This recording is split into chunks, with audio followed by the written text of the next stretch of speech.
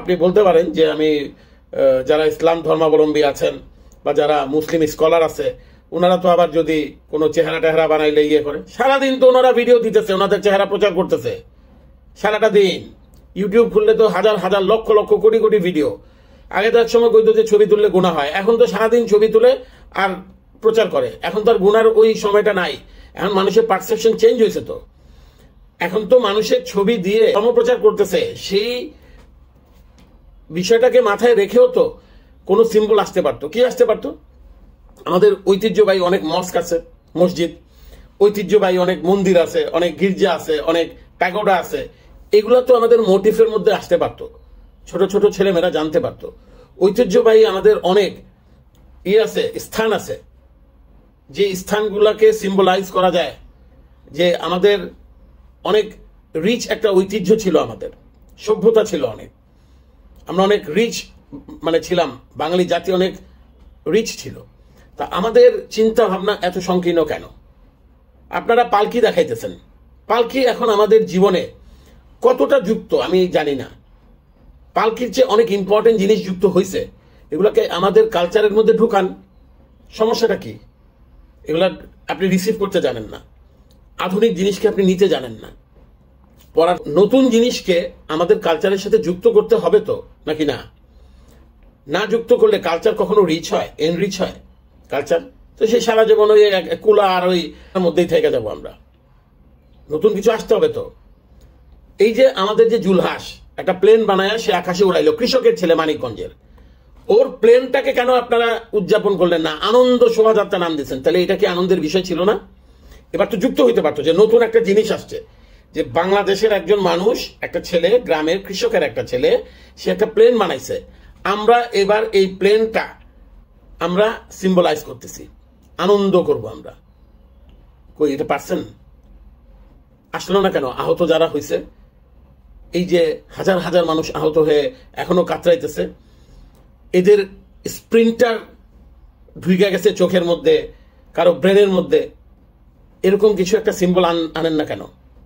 আমার হাসিনার চেহারা নিয়ে আনন্দ শোভাযাত্রা করতে হইব? ওর চেহারা দেখলে আনন্দ লাগে? আমি একটা বছরের, নতুন বছরের প্রথম দিন সকালবেলা ওইটা একটা অপায় মহিলার চেহারা দেখবো কেন? ভালো কিছু কি আমার মাথার মধ্যে ঢুকে না? আমাদের মাথার মধ্যে ঢুকে না ভালো কিছু? আরে মোহাম্মদ ইউনূসের একটা হাসি মাখার চেহারা দেখলেই তো হয়ে যেত, মনটা ভালো হয়ে যেত। একটা কৃষকের একটা হাসি মাখার চেহারা সিম্বলাইজ করেন না? যাদের অবদান আছে এই দেশে, একটা শ্রমিকের চেহারাকে নিয়ে আসেন না কেন? বিকৃতির মধ্যেই যাইতে হবে কেন আনন্দ করতে হলে? হাসিনাকে বিকৃত করে আমরা খুব আনন্দ পাবো, খুব আনন্দ। হাসিনার এগুলো কন্টিনিউ বেশি করলে আমাদের জাতি, আমাদের নেক্সট জেনারেশন সব ফালতু জিনিস শিখবে, এরা কখনো কোনো কনস্ট্রাকটিভ ক্রিয়েটিভ ভালো জিনিস শিখবে না। আশ্চর্য লাগে আমার কাছে, যেই ছেলেটাকে রিক্সা করে নিয়ে গেল লাশ, ইউনিসেফের প্রতিবেদনের মধ্যেও আসছে ছবিটা, এইরকম একটা সিম্বলাইজ করেন না, কিছু করেন। আপনারা বলছেন আপনারা গ্লোবাল বিষয়টাকেও আনতেছেন, কি গ্লোবাল আনছেন এটার মধ্যে আপনাদের এখানে? এইবারের থিমের মধ্যে গ্লোবাল বিষয়টা আছে এটা কি বলেন আমাকে? আপনারা গাজার ইস্যুটা আনছেন, দেখাইতেন যে বাংলাদেশের একটা শিশু, গাজার একটা শিশুর মুখে পানি ঢেলে দিতেছে, একটা সিম্বল তৈরি করতেন। বাংলাদেশের একটা শিশু, একটা গাজার একটা শিশুকে বুকে জড়ায় ধরে রাখছে, বাংলাদেশের পতাকা তার মাথায় বাইন্ধা দিছে। কিছু একটা করেন, নতুন কিছু করেন, করা যাইতো তো, নাকি না? পহেলা বৈশাখ মানেই কি আমাদের ওই কুলা, হাড়ি, পটচিত্র এগুলাই? এর বাইরেও তো চিন্তা করতে হবে। আমি ঐতিহ্য ধরে রাখবো, আমি শিল্প ধরে রাখবো, সবকিছু করব। কালচার মানেই সবসময় ব্যাকডেটেড থাকা না।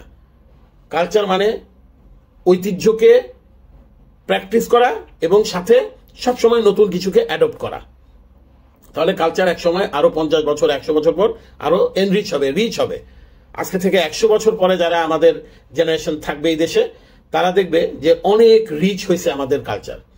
ওকে, আমি 400-500 বছরের মুঘল কালচার, আমি 200-300 বছরের আর্যদের কালচার, আমি এগুলা প্র্যাকটিস করতেছি, কিন্তু আমি গত 100 বছরের যেই প্র্যাকটিস, গত 150 বছরের যে প্র্যাকটিস, ব্রিটিশ আমলের থেকে যেই বাংলাদেশের যে প্র্যাকটিসগুলা, ওইগুলো তো আর আসলো না। তাহলে মানুষ জানবে কেমনে? মানুষ কেমনে জানবে যে এই দেশে অনেক কিছু নতুন হয়েছে, ডেভেলপমেন্ট হইতেছে এই দেশের? এই বিষয়গুলো নিয়ে ভাবেন এবং নতুন কিছু চিন্তা করেন।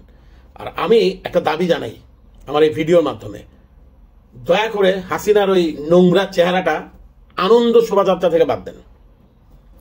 চারুকলা অনুষদের কয়েকজন ছাত্রছাত্রীকে দেখলাম একটা সংবাদ সম্মেলন করছে। It's a very valid question যে আমরা কেন মঙ্গল শোভাযাত্রাকে নাম চেঞ্জ করে আনন্দ শোভাযাত্রা করলাম। ওনারা দোষারোপ করছেন এটার জন্য আমাদের আসিফ নজরুল সাহেব, আইন উপদেষ্টা, এবং আমাদের মোস্তফা সরোয়ার ফারুকী সহ আরো অন্যান্য কালচারাল মিনিস্ট্রি যারা আছেন এবং কিছু শিক্ষক চারুকলার। কিন্তু আপনারা যে ভয়েসে কথা বলছেন যে না এই মঙ্গল শোভাযাত্রাকে আনন্দ শোভাযাত্রা কেন হলো, এটা আমরা মানব না, এভাবে হবে? আপনাদেরকে অনেক স্ট্রং ভাবে বলা দরকার ছিল যে মঙ্গল মানে হিন্দু না। যদি মঙ্গল শব্দ মানে হিন্দু হয়, এটা যদি হিন্দুয়ানি হয়, তাইলে আনন্দটাও হিন্দুয়ানি শব্দ। তো মঙ্গল দিলে প্রবলেম কি? প্রবলেমটা ছিল আপনারা মঙ্গল শোভাযাত্রা বানায় পূজা শুরু করে দিতেন, মঙ্গল প্রদীপ জ্বালায় জ্বালায় পূজা করতেন। প্রবলেমটা ওইখানে ছিল, কারণ এই ধরনের শোভাযাত্রা তো মুসলিম লোকই বেশি থাকে, তাদের তখন এটা ইগোতে লাগতো, ধর্মীয় ইগো। সো আপনারা যেই জিনিসগুলো প্রবলেম সেগুলোকে বাদ দেন। এটা মঙ্গল শোভাযাত্রা থাকলেও কোনো সমস্যা ছিল না, মঙ্গল একটা বাংলা শব্দ। এটাকে আবার লেভেল চেঞ্জ করে আনন্দ শোভাযাত্রা দিয়া শেখ হাসিনার চেহারা নিয়ে আনন্দ শোভাযাত্রা করা, আনন্দ করবেন পুরা দেশের মানুষকে নিয়ে, এইটা খুবই ন্যাক্কারজনক ঘটনা। আমরা নতুনভাবে বাংলাদেশকে উদযাপন করব, আমরা নতুনভাবে বৈশাখ উদযাপন করব, আমরা প্রতিটা অনুষ্ঠান প্রতিটা পার্বণ আমরা নতুনভাবে উদযাপন করব, হাসিনাকে বাদ দিয়ে, হাসিনাকে গায়ের সাথে জড়ায় রেখে না, হাসিনাকে ফোরফ্রন্টে রেখে না, সামনে রেখে না।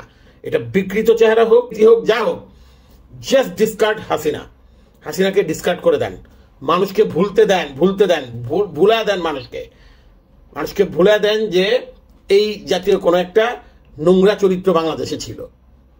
হ্যাঁ, ফ্যাসিবাদ অন্যরা যেন প্র্যাকটিস না করে এইটা দেখানোর জন্য আরো অনেক রকম কায়দা আছে। এটা হাসিনার অনেক কিছু করা হয়েছে অলরেডি, বিচারটা ঠিক মতো করেন, বিচারটা হইতেছে না এখনো। এইটা নিয়ে কথা বলেন, এগুলা নিয়ে কাজ করেন, তাইলে একটা লাভের লাভ হইব, কাজের কাজ হইব, যে ভবিষ্যতে অন্যরা ফ্যাসিবাদ হবে না, মানে ফ্যাসিস্ট হবে না, ফ্যাসিবাদ প্র্যাকটিস তারা বন্ধ করবে।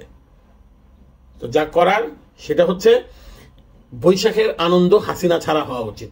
হাসিনার চেহারাটা দেখায় মানুষের দিনটা নষ্ট করেন না, অন্তত এই নতুন বছরের প্রথম দিনটা। ধন্যবাদ।